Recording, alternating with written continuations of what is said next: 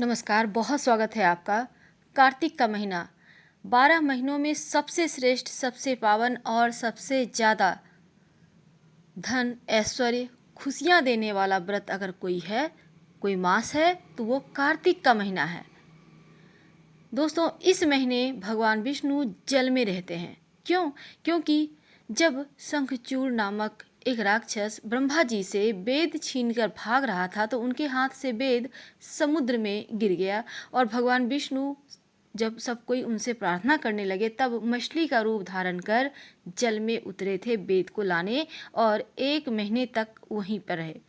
और यहाँ पर भगवान विष्णु की आराधना खास है। लेकिन आज हम बात करेंगे जल में क्या डालकर नहाएं कि जीवन की परेशानियां खत्म हो जाए, धन, ऐश्वर्य सब कुछ भर भर के प्राप्त हो।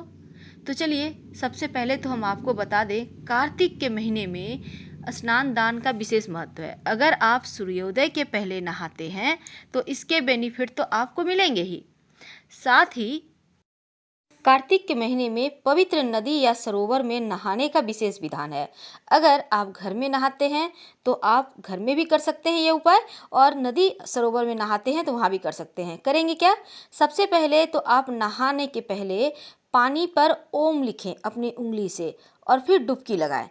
अगर नदी तालाब में नहाते हैं तो ऐसा करने से नदी स्नान का पुण्य आपको पूरा प्राप्त होता है और नकारात्मक ऊर्जा जो होती है आसपास वो भी समाप्त हो जाती है, ग्रह बाधा दोष भी समाप्त होती है और किसी की बुरी नज़र अगर आप पर है तो वो भी उतर जाती है। अगर आप घर में नहाते हैं तो घर में बाल्टी के पानी में ही ओम बनाएं और फिर नहाएं पूरे कार्तिक के मास। दूसरी बात, इसमें वैसे तो तमाम तरह के उपाय किए जाते हैं, लेकिन हम आपको ज़्यादा नहीं बताएंगे। ज़्यादा करने से बहुत डिस्टरबेंस आप महसूस करेंगे क्योंकि बहुत ज़्यादा हमें पता है आप बिजी होते हैं। देखिए, हम सीधे मुद्दे पे आते हैं। आप पूरे कार्तिक के महीने में अगर नहाने के पानी में 1 चम्मच या 2-4 बूंद दूध डालकर नहाते हैं, घर में या सरोवर में कहीं भी कर सकते हैं, तो ऐसा करने से आपकी एक तो स्वास्थ्य अच्छी होती है, दूसरी आयु लंबी होती है और अगर संतान नहीं है तो संतान की शीघ्र ही प्राप्ति होती है। आपने कहावत तो सुनी होगी, दूधो नहाओ पूतो फलो, बस वही। अगर पानी में आप 1 चुटकी तिल डालकर नहाते हैं तो महालक्ष्मी की कृपा बनी रहती है और घर में धन दौलत की कभी भी कमी नहीं होती। अगर नहाने के पानी में 1 बूंद घी, याद रखिएगा, गाय का घी 1 बूंद, ज़्यादा नहीं, आप डालकर नहाते हैं तो इससे आपका स्किन भी ग्लो करता है और आप स्वस्थ रहते हैं।